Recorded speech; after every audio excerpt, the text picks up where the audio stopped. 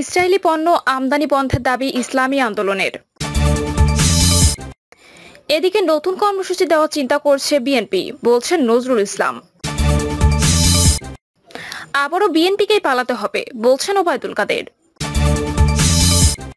আসামি না পেয়ে নারীর মাথায় পিস্তল ঠেকালেন ডিবি কর্মকর্তা, তদন্তে কমিটি। এবং সর্বশেষ জানাবো এবারের তাপপ্রবাহ কেমন হবে, জানালো আবহাওয়া অধিদপ্তর। শুনছিলেন সংবাদ শিরোনাম, এবারে বিস্তারিত। ইসরায়েলি পণ্য আমদানি বন্ধের দাবি ইসলামী আন্দোলনের। বাংলাদেশের বাজারে ইসরায়েল ও ভারতীয় পণ্য আমদানি বন্ধের দাবি জানিয়ে ইসলামী আন্দোলন বাংলাদেশের মহাসচিব প্রিন্সিপাল হাফেজ মাওলানা ইউনুস আহমদ বলেছেন, ফিলিস্তিনি একটি স্বাধীন রাষ্ট্র, বর্বর ইসরায়েল চাপিয়ে দেওয়া একটি রাষ্ট্র। ইসরায়েলি পণ্য বয়কট নয়, আমদানি বন্ধ করতে হবে, এটা ইমানদার জনতার প্রাণের দাবি। ইহুদিদের অর্থনীতিতে আঘাত না করলে এটা থামবে না। ফিলিস্তিনের চলমান ইসরায়েলি গণহত্যা বন্ধ ও স্বাধীন ফিলিস্তিন রাষ্ট্র গঠনের দাবিতে আগামী 17ই মে সারা দেশে জেলা ও মহানগরে বিক্ষোভ কর্মসূচি ঘোষণা করেছে ইসলামী আন্দোলন বাংলাদেশ। সেটি সফল করার জন্য সবার প্রতি আহ্বান জানান দলটির মহাসচিব মাওলানা ইউনুস আহমদ। বলেন, দখলদার সন্ত্রাসী রাষ্ট্র ইসরায়েল শুধু আজকেই নয়, বরং তার 1948 সাল থেকেই ফিলিস্তিনের মুসলমানদের উপর সন্ত্রাসী কায়দায় হামলা চালিয়ে আসছে। এই হামলায় কয়েক লাখ মানুষকে তারা শহীদ করেছেন। বিশেষ করে গত 7 মাসে ইসরায়েল ফিলিস্তিনের গাজায় যে ধ্বংসযজ্ঞ শুরু করেছে তা অকল্পনীয়। এই কয়েক মাসে প্রায় 40,000 ফিলিস্তিনিকে হত্যা করা হয়েছে, যাদের অধিকাংশ নারী ও শিশু, যা অত্যন্ত হৃদয় বিদারক ঘটনা। তিনি বলেন, ইসরায়েলের বর্বর হামলার স্কুল, কলেজ, হাসপাতাল, মসজিদ ও গির্জা সহ কোনো স্থাপনায় বাদ যাচ্ছে না। অবিলম্বে গাজায় ইসরায়েলি বর্বর হামলা বন্ধ ও স্বাধীন ফিলিস্তিন রাষ্ট্র গঠনে কার্যকর পদক্ষেপ গ্রহণ করার জন্য জাতিসংঘ, আন্তর্জাতিক সংস্থা এবং মুসলিম বিশ্বের মোড়লদের প্রতি আহ্বান জানাচ্ছি। নতুন কর্মসূচি দেওয়ার চিন্তা করছে বিএনপি, বলছেন নজরুল ইসলাম। দ্রব্যমূল্যের ঊর্ধ্বগতি, গ্যাস, বিদ্যুৎ ও সীমান্ত হত্যা নিয়ে বিএনপি ও যুগপৎ সঙ্গীরা নতুন করে কর্মসূচি দেওয়ার চিন্তা করছে বলে জানিয়েছেন দলটির স্থায়ী কমিটির সদস্য নজরুল ইসলাম খান। তিনি বলেন, এসব সমস্যা নিয়ে কিভাবে জনগণকে সম্পৃক্ত করে আগামী দিনে অগ্রসর হতে পারি, সেজন্য কর্মসূচি নেওয়ার চিন্তা করছি। নজরুল ইসলাম খান বলেন, আজকের বৈঠকে দেশের বর্তমান রাজনৈতিক, অর্থনৈতিক ও সামাজিক অবস্থা নিয়ে আলোচনা করছি। রাষ্ট্রীয় সমস্যা নিয়ে আলোচনা হয়েছে, রাষ্ট্রীয় ঋণের দ্রুত বৃদ্ধি নিয়েও বৈঠকে আলোচনা হয়েছে, সীমান্ত হত্যার সমস্যা নিয়েও কথা হয়েছে। তিনি বলেন, বাকি জোটগুলোর সঙ্গে আলোচনা করে আগামী দিনের কর্মসূচির বিষয়ে জানাতে পারবো। ডোনাল্ড লুর বাংলাদেশ সফরকে আমরা খুব বেশি গুরুত্বপূর্ণ মনে করছি না। উল্লেখ করে নজরুল ইসলাম বলেন, তিনি তো অনেক দূরের মানুষ, বাংলাদেশের মানুষ তার নিজের সমস্যার সমাধান বরাবরই নিজেরাই করছে। ডোনাল্ড লুর সফর নিয়ে বিএনপি শঙ্কিত দেশের অবস্থা নিয়ে মন্তব্য করে নজরুল ইসলাম বলেন, আমরা শঙ্কিত দেশের ব্যাংক লুটকারীদের মুক্তি করা নিয়ে সরকার অপচেষ্টা নিয়ে। বিএনপিকেই পালাতে হবে, বলছেন ওবায়দুল কাদের। আন্দোলনের নামে সন্ত্রাস করলে বিএনপিকে আবারও পালাতে হবে বলে মন্তব্য করেছেন দলটির সাধারণ সম্পাদক ওবায়দুল কাদের। তিনি বলেন, আওয়ামী লীগের বিএনপিকে নিশ্চিহ্ন করার দরকার নেই, সরকারেরও দরকার নেই। গত 28 অক্টোবর বিএনপি নেতাকর্মীরা বক্তব্য দিয়েছেন, আওয়ামী লীগ পালানোর পথ পাবে না। সেদিনও দেখলাম পল্টন ময়দান থেকে একে একে দৌড়াতে দৌড়াতে অলিগলি কোথায় দিয়ে যে পালিয়েছে কেউ চিন্তাও করেনি। আওয়ামী লীগ সাধারণ সম্পাদক বলেন, বিএনপিকে রাজনৈতিকভাবে মোকাবিলা করা হবে। যদি তারা আবারও জ্বালাও পোড়াও করে, তবে উদ্ভূত পরিস্থিতি অনুযায়ী ব্যবস্থা নেওয়া হবে। আন্দোলনের নামে সন্ত্রাস করলে বিএনপিকে আবারও পালাতে হবে। তিনি বলেন, আওয়ামী লীগের ইতিহাসে পালিয়ে যাওয়ার কোনো রেকর্ড নেই। 2007 সালে তার রাজনীতি করব না এই মুসলেখা দিয়ে বিদেশে পালিয়ে গেছেন বিএনপির ভারপ্রাপ্ত চেয়ারম্যান তারেক রহমান। তাদের মূল নেতা পালিয়ে আছে। ওবায়দুল কাদের বলেন, 28 অক্টোবর বক্তব্য দিয়েছেন, আওয়ামী লীগ পালানোর পথ পাবে না।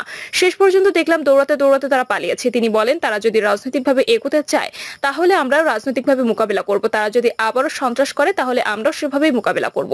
আগে থেকে এ নিয়ে কিছু বলতে চাই না। আওয়ামী লীগ সাধারণ সম্পাদক বলেন, বাংলাদেশে এসে কেউ আবারও বিএনপিকে মদত দেবে সে পরিস্থিতি এখন বিশ্বে নেই। যারা দাপট দেখাতে তাদের ক্ষমতা মধ্যপ্রাচ্যে সংকুচিত হয়ে গেছে। মার্কিন প্রেসিডেন্টের কথা ইসরায়েল শোনে না।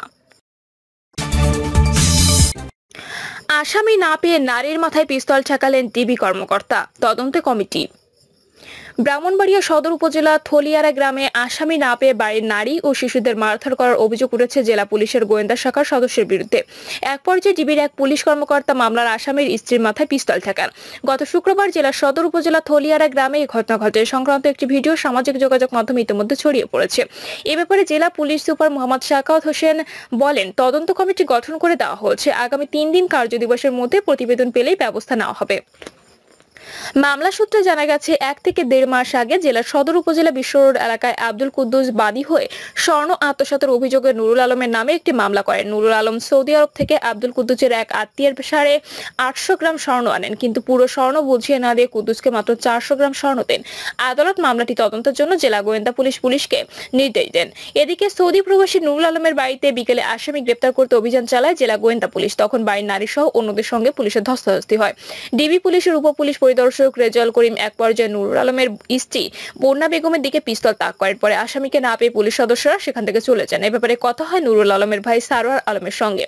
তিনি বলেন, শুক্রবার বিকেলে বাড়িতে অনুষ্ঠান চলছিল, সে সময় আমার ভাই বাড়িতে ছিলেন না।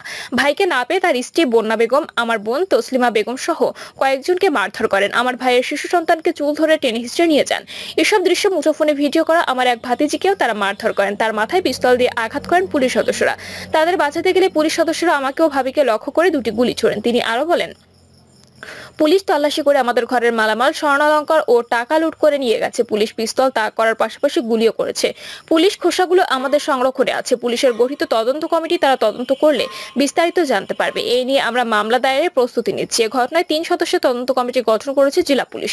তদন্ত কমিটির প্রধান করা হয়েছে অতিরিক্ত পুলিশ সুপার জয়নাল আবদিনকে। অন্য সদস্যরা হলেন অতিরিক্ত পুলিশ সুপার মোহাম্মদ বিল্লাহ হোসেন, জেলা পুলিশের পুলিশ পরিদর্শক মোহাম্মদ হাবিবুল্লাহ সরকার। তদন্ত কমিটির প্রধান অতিরিক্ত পুলিশ সুপার জয়নাল আবদিন বলেন, 3 কার্যদিবসের মধ্যে তদন্ত করে প্রতিবেদন দিতে নির্দেশ দেওয়া হয়েছে। ইতোমধ্যে সংশ্লিষ্টদের বক্তব্য নিয়েছি।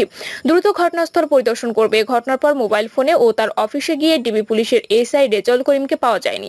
তবে তিনি সাংবাদিকদের বলেছেন, আসামি গ্রেপ্তার করতে গেলে বাড়ির নারী সহ অন্যদের সঙ্গে ধস্তাধস্তি হয়। এক পর্যায়ে নারীদের সরিয়ে দিয়ে দরজা থেকে পিস্তল তাক করে এর ভিডিও আছে। তারা আসামিকে পালিয়ে যেতে সহায়তা করেছেন।